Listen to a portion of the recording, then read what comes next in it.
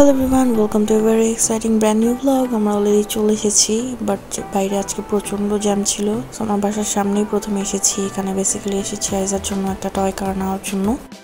So খুঁজছিলাম আর কি, but সেরকম কোথায় পছন্দ হচ্ছিল না। সো আজকে আমাদের অনেক জায়গায় ঘোরাঘুরি করা হয়েছে। মেইনলি যেখানে সব ধরনের টয় পাওয়া যায় সেখানে এসেছিলাম আমরা। নারায়ণগঞ্জের আশেপাশে লুৎফা টাওয়ার, তারপর সাইম প্লাজা, ডিআইটি, অনেকগুলো জায়গায় ঘোরাঘুরি করা হয়েছে। এক জায়গায় পছন্দ হচ্ছিল, আরেক জায়গায় সাইজ মিলছিল না, এরকম আর কি। অনেকক্ষণ ঘোরাঘুরি করে টায়ার্ড হয়ে গিয়েছিলাম। সো সামনে আমার ফেভারিট একটা রেস্তোরাঁ বলা যায়, মানে হোটেলের মতো আর কি। সেখানে হালিমটা অনেক মজা হয়। সো অনেকদিন পর দেখে এখানে টেস্ট করলাম। আর সিমন নিয়েছিল এখানে বারবিকিউ চিকেন, মানে গ্রিল চিকেন অ্যান্ড রায়তা সালাদ সাথে ছিল। আর সাথে আমরা মেবি বাটার নান নিয়েছিলাম। হ্যাঁ, বাটার নানই নিয়েছিলাম। এটা খুব মজা ছিল।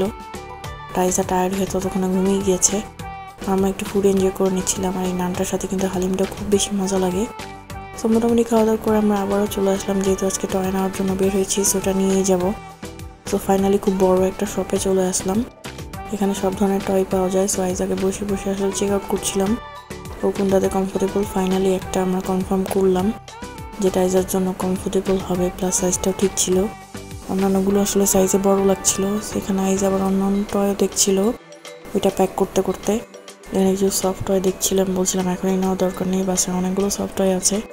সো বললাম আজকে যেহেতু আমরা এসেছি, আসো একসাথে একটা সুন্দর করে শ্যুট করে নিই। সো দেখেন এখানে আবার আইজা অন্যান্য টয়ও দেখছিল। এখানে টেন্ট হাউসটা দেখে আইজার খুব পছন্দ হয়ে গেল। সো আমারও ইচ্ছা ছিল অনেকদিন ধরে আইজার জন্য এরকম কিছু একটা নেওয়ার। সো যেহেতু দেখেই ফেলেছি, সো আইজা বাবা বললো একসাথে নিয়ে নিই, সমস্যা নেই। সো আমরা তখন আবার বললাম একটা যে এখানে বারবির নিয়ে আসতে, যে আইজা মেয়ে প্রথমে স্পাইডারম্যান একটা বের করেছিল।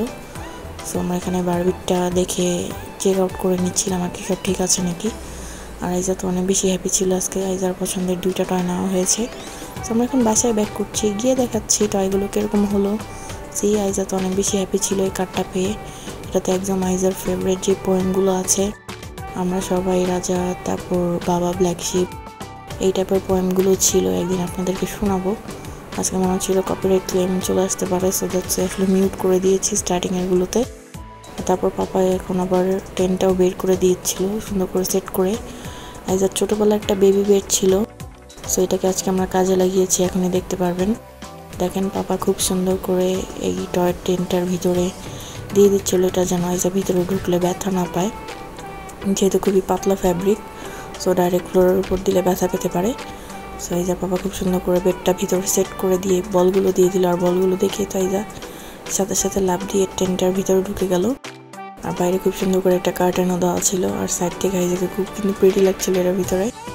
আইজা অনেক বেশি হ্যাপি ছিল এতগুলো বল একসাথে পেয়ে।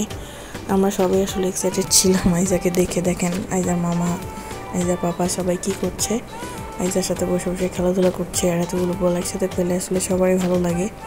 সো বেবিদের তো ভালো লাগবেই। আপনারা কিন্তু চাইলে অ্যাফোর্ডেবল প্রাইসে বেবিদেরকে এরকম টাইপের টয় টেন্ট কিনে দিতে পারেন। আই থিঙ্ক এই স্টে পারফেক্ট ওদের এরকম টাইপের টয় টেন্টে খেলার জন্য। আর কয়েকদিন পর বড় হয়ে গেলে হয়তো খুব একটা মজা পাবে না। আইজার কিন্তু আবার সুন্দর করে টয় টেন্টের মানে বলগুলো সুন্দর করে গুছিয়ে রাখছিল এখনই। আর তারপর আবার সে কারে চলে উঠে গেল আর কি, একটু একটু করে চালানোর ট্রাই করছে। সবচেয়ে বেশি মজা পেয়েছে মিউজিকগুলো বাজাতে পেরে। সো এই তো এখনই শুনতে পাবেন, কত সুন্দর মিউজিক। সো ব্লগটা ভালো লাগলে লাইক কমেন্ট দিয়ে পাশে থাকবেন। That was it for today. Hope to see in the next videos. আল্লাহ হাফেজ।